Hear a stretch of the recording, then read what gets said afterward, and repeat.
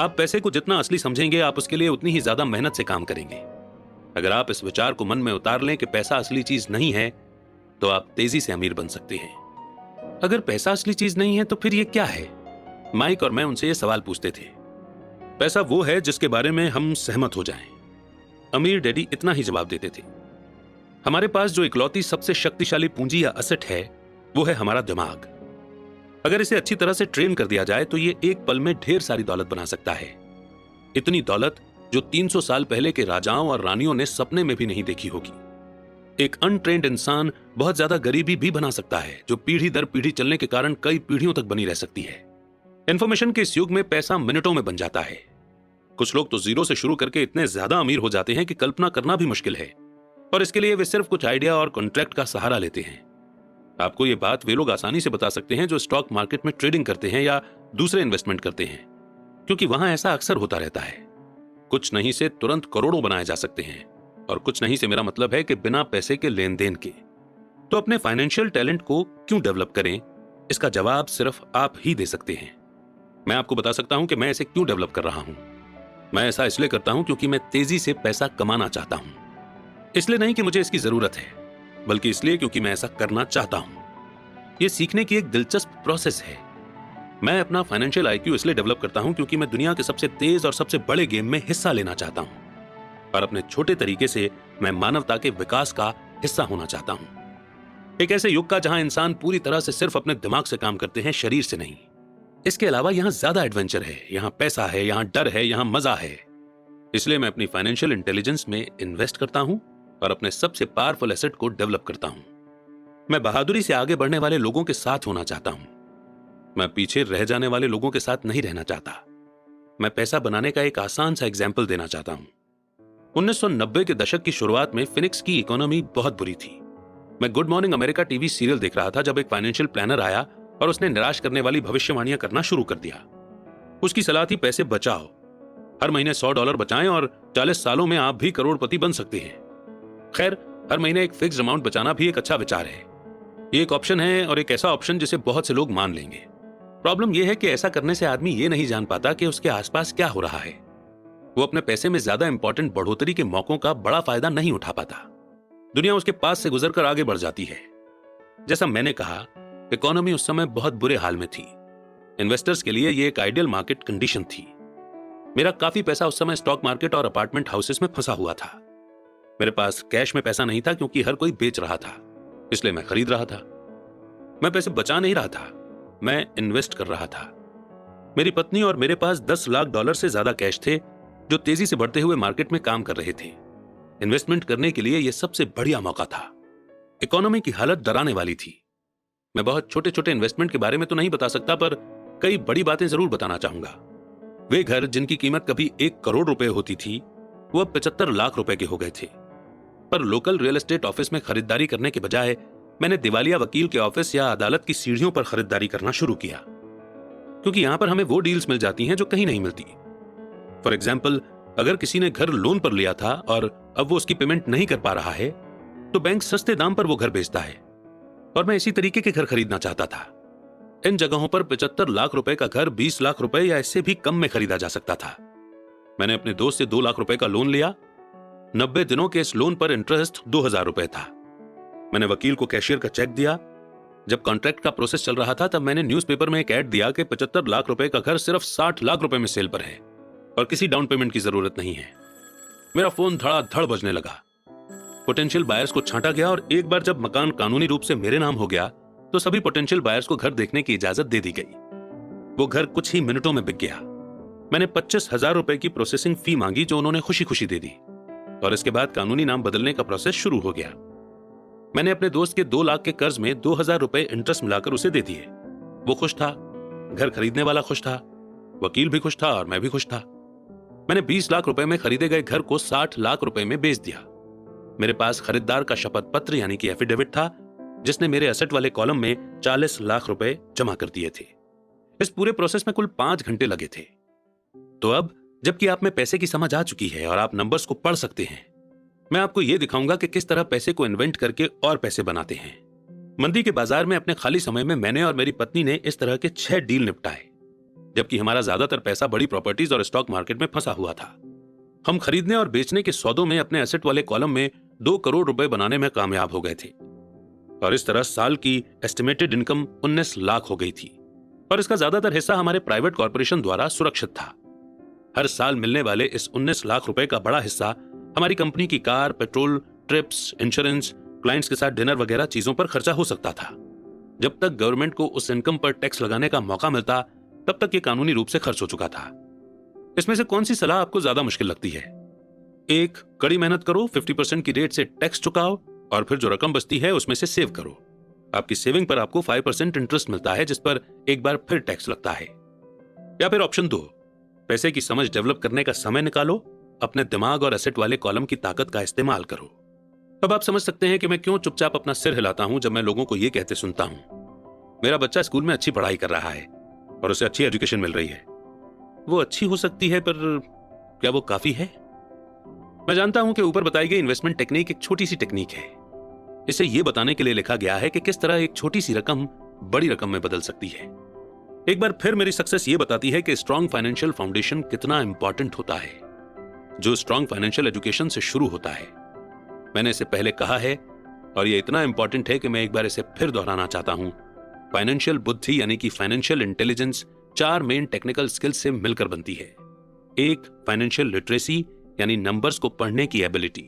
2, investment की strategy यानी पैसे द्वारा पैसे बनाने का साइंस। 3, मार्केट की डिमांड और सप्लाई। अलेक्जेंडर ग्रैहम बेल ने मार्केट को वो दिया जो इसे चाहिए था। यही बिल गेट्स ने भी किया। यह मौका भी मार्केट ने दिया था कि 20 लाख रुपए में कोई मकान खरीदकर उसे 60 लाख रुपए में बेच दिया जाए, जबकि उसकी असली कीमत 75 लाख रुपए थी। कोई खरीद रहा था, कोई बेच रहा था। और चौथी स्किल हमें चाहिए कानून की, यानी कि लॉ की। अकाउंटिंग, कॉर्पोरेट लॉ और पॉलिसी के बारे में अवेयरनेस। मैं रूल्स के अंदर रहकर खेलने की सलाह देता हूं। अगर आप अपने पैसे इन्वेस्ट करना चाहते हैं तो आप में यह बेसिक फाउंडेशन होनी चाहिए, या इन स्किल्स का कॉम्बिनेशन होना चाहिए। चाहे आप छोटे घर, बड़े अपार्टमेंट, कंपनियां, stock, bond, mutual fund, precious metal, baseball card खरीद कर करें, या फिर इसी किस्म का कोई दूसरा काम करें। 1996 तक रियल एस्टेट मार्केट सुर्खियों में था और हर कोई इसमें जा रहा था। स्टॉक मार्केट भी बूम हो रहा था और हर कोई उसमें भी जा रहा था। लेकिन मैं इससे बाहर निकलने का सोच रहा था, क्योंकि मार्केट में अब इतनी अपॉर्चुनिटीज नहीं थी। मैं सिर्फ आपको इतनी सी बात बताना चाहता हूं कि इन्वेस्टमेंट आते जाते रहते हैं, मार्केट घटता बढ़ता रहता है, इकोनॉमी सुधरती बिगड़ती रहती है, दुनिया आपको हर दिन जिंदगी के अनूठे मौके देती रहती है। आपकी जिंदगी के हर दिन पर अक्सर हम उन्हें देख नहीं पाते हैं, लेकिन वे होते हैं। और दुनिया और टेक्नोलॉजी जितनी ज्यादा बदलती है, आपके और आपके परिवार के लिए परमानेंट फाइनेंशियल सिक्योरिटी के लिए उतने ही ज्यादा मौके होते हैं। तो अपनी फाइनेंशियल बुद्धि को डेवलप करने का झंझट क्यों उठाया जाए? एक बार मैं फिर यही कहूंगा कि इसका जवाब आप दे सकते हैं। मैं जानता हूं कि मैं क्यों इसे सीखता और डेवलप करता हूं। मैं ऐसा इसलिए करता हूं क्योंकि मुझे पता है कि बदलाव हो रहे हैं और होने वाले हैं। मैं बदलावों का स्वागत करना चाहता हूं और अतीत से चिपके नहीं रहना चाहता हूं। मैं जानता हूं कि मार्केट में उतार चढ़ाव आएगा। मैं लगातार अपनी फाइनेंशियल इंटेलिजेंस को डेवलप करना चाहता हूं, क्योंकि मार्केट में हर बदलाव पर कुछ लोग अपनी जॉब के लिए घुटने टेक कर भीख मांगेंगे। इसी समय कई दूसरे लोग जिंदगी द्वारा दिए गए प्रॉब्लम्स को लेकर उन्हें करोड़ों में बदल लेंगे। और हमें यह नहीं भूलना चाहिए कि हमें कभी कभार जिंदगी प्रॉब्लम्स दे देती है, और इन प्रॉब्लम्स को अच्छी अपॉर्चुनिटी में बदलना ही फाइनेंशियल इंटेलिजेंस है। मुझसे अक्सर पूछा जाता है कि मैं अपनी प्रॉब्लम्स को किस तरह से करोड़ों में बदल देता हूं। व्यक्तिगत तौर पर मैं पर्सनल इन्वेस्टमेंट के कई और एग्जाम्पल देने में झिझकता हूं। मैं इसलिए झिझकता हूं क्योंकि मुझे डर है कि मुझे बड़बोला या फिर अपनी शेखी बघारने वाला कहा जाएगा। यह मेरा इरादा नहीं है। मैं सिर्फ इसलिए एग्जाम्पल देता हूं ताकि उसके नंबर और टाइमिंग से सच्ची और आसान घटनाओं को बताया जा सके। मैं एग्जाम्पल इसलिए देता हूं ताकि आपको यह बता सकूं कि यह आसान है, यह ज्यादा आसान है अगर आप फाइनेंशियल इंटेलिजेंस के 4 पिलर्स के बारे में जानते हैं। मैं फाइनेंशियल ग्रोथ के लिए 2 मेन टूल्स का इस्तेमाल करता हूं, रियल एस्टेट और छोटे स्टॉक्स। मैं रियल एस्टेट यानी कि प्रॉपर्टीज को अपनी फाउंडेशन की तरह इस्तेमाल करता हूं। हर दिन मेरी प्रॉपर्टीज कैश फ्लो जनरेट करती हैं और उनकी वैल्यू बढ़ती जाती है। छोटे कैपिटल के स्टॉक्स को तेज ग्रोथ के लिए इस्तेमाल किया जाता है। मैं अपने द्वारा दी गई हर चीज करने की सलाह नहीं देता। ये एग्जाम्पल सिर्फ एग्जाम्पल ही हैं। अगर अपॉर्चुनिटी बहुत कॉम्प्लेक्स है और मैं इन्वेस्टमेंट को नहीं समझ पाता हूं तो मैं इन्वेस्ट नहीं करता हूं। पैसे के बारे में फैसला लेने में हमें सिर्फ सिंपल मैथ्स और कॉमन सेंस की जरूरत होती है। एग्जाम्पल का इस्तेमाल नीचे बताए 5 कारणों से किया जाता है। 1, लोगों को ज्यादा सीखने के लिए मोटिवेट करने के लिए। 2 लोगों को यह बताने के लिए कि अगर फाउंडेशन मजबूत है तो पैसे का महल बनाना आसान है।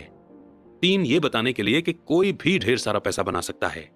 4 ये दिखाने के लिए कि आपके गोल्स को हासिल करने के करोड़ों तरीके हैं। और 5 ये बताने के लिए कि यह कोई रॉकेट साइंस नहीं है।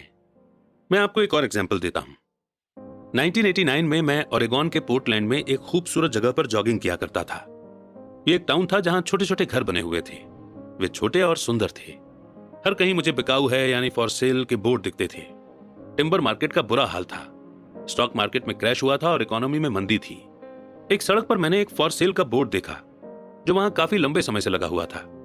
वो पुराना लग रहा था। एक दिन इसके पास से जॉगिंग करते समय मेरी मुलाकात इसके मालिक से हो गई जो परेशान दिख रहा था। मैंने पूछा, आपने अपने घर की कीमत क्या लगाई है? मालिक घूमा और कमजोर मुस्कुराहट के साथ कहा, आप कीमत लगा लें, ये 1 साल से ज्यादा समय से फॉर सेल के लिए है और अब तक इसे कोई देखने तक नहीं आया। मैं इसे देखूंगा, मैंने कहा, और आधे घंटे बाद मैंने इसे 20 लाख रुपए में खरीद लिया जो उसके द्वारा मांगी गई कीमत से कम थी। मैंने इन 20 लाख में से 5 लाख खुद के दिए और 15 लाख रुपए का लोन लिया। यह 2 बेडरूम का छोटा सा सुंदर सा घर था जिसकी खिड़कियों पर जिंजर ब्रेड का ट्रिम बना हुआ था। यह 1930 में बना था और इसका रंग हल्का नीला था। अंदर एक सुंदर चट्टानी अंगीठी थी और 2 छोटे छोटे बेडरूम थे। यह रेंट पर देने के लिए एक परफेक्ट घर था। इस घर की कीमत कम से कम 45 लाख होगी जो कि मैंने 20 लाख रुपए में खरीदा था। मैंने मालिक को 45 लाख रुपए के घर के लिए 5 लाख रुपए कैश दिए और 15 लाख बैंक से लोन लेकर के दिया। लेकिन इस घर की नॉर्मल समय में कीमत कम से कम 65 लाख होगी। अभी मार्केट डाउन होने की वजह से कोई खरीद नहीं रहा था। मालिक ने 1 हफ्ते में इसे खाली कर दिया और वो इससे पीछा छुड़ाकर खुश हुआ। मेरा पहला किराएदार वहां आ गया जो कि एक लोकल कॉलेज में प्रोफेसर था। लोन की इंस्टॉलमेंट, खर्च और मैनेजमेंट फीस चुकाने के बाद हर महीने के आखिर में मेरी जेब में 4000 रुपए आते थे जो कि बहुत बड़ी रकम नहीं थी। 1 साल बाद ओरेगॉन का रियल एस्टेट मार्केट मंदी से उबर आया और बढ़ने लगा जिसकी वजह से उसके बायर्स बढ़ गए। मैंने उस छोटे से घर को कैलिफोर्निया से आए एक यंग कपल को 95 लाख रुपए में बेच दिया, यानी कि 95 लाख रुपीस में, जिन्हें यह बहुत सस्ता सौदा लग रहा था। इस सौदे में लगभग मुझे 40 लाख रुपए का कैपिटल गेन हुआ जो मैंने 1031 के टैक्स फ्री एक्सचेंज में रख दिए और मैं अपने पैसे को लेकर कोई बड़ी प्रॉपर्टी खरीदने चल दिया। आई होप आपको 1031 एक्सचेंज याद होगा जो हमने पिछले चैप्टर में आपको बताया था कि यह अमेरिका में एक लॉ है कि अगर आप एक घर को बेचकर उसके प्रॉफिट से दूसरा घर ले लेते हैं तो आपको कोई टैक्स नहीं लगेगा। एनीवेज, रॉबर्ट कहते हैं कि 1 महीने में मुझे बीवर्टन ओरेगॉन में इंटेल प्लांट के पास एक 12 यूनिट का अपार्टमेंट मिल गया। उसके मालिक जर्मनी में रहते थे और उन्हें इसकी कीमत का अंदाजा नहीं था। एक बार फिर से वे इससे पीछा छुड़ाना चाहते थे। मैंने 4.5 करोड़ की बिल्डिंग के लिए 2.25 करोड़ रुपए का ऑफर दिया। वे 3 करोड़ रुपए पर मान गए और मैंने इसे खरीद लिया और इसे 2 साल तक अपने पास रखा। फिर उसी 1031 एक्सचेंज प्रोसेस का फायदा उठाते हुए मैंने उस बिल्डिंग को 4.5 करोड़ रुपए में बेच दिया और एरिजोना फिनिक्स में एक 30 यूनिट का अपार्टमेंट खरीद लिया। तब तक हम फिनिक्स चले गए थे और वैसे भी हमें इसे बेचना था। पहले जो हाल ओरेगॉन के मार्केट का था वही मंदी का माहौल फिनिक्स के लिए रियल एस्टेट मार्केट में देखने को मिला। फिनिक्स में 30 यूनिट की एक अपार्टमेंट बिल्डिंग की कीमत 8.5 करोड़ रुपए थी जिसमें से 2.25 करोड़ यानी कि 2.25 करोड़ रुपए डाउन पेमेंट देना था। 30 यूनिटों से आने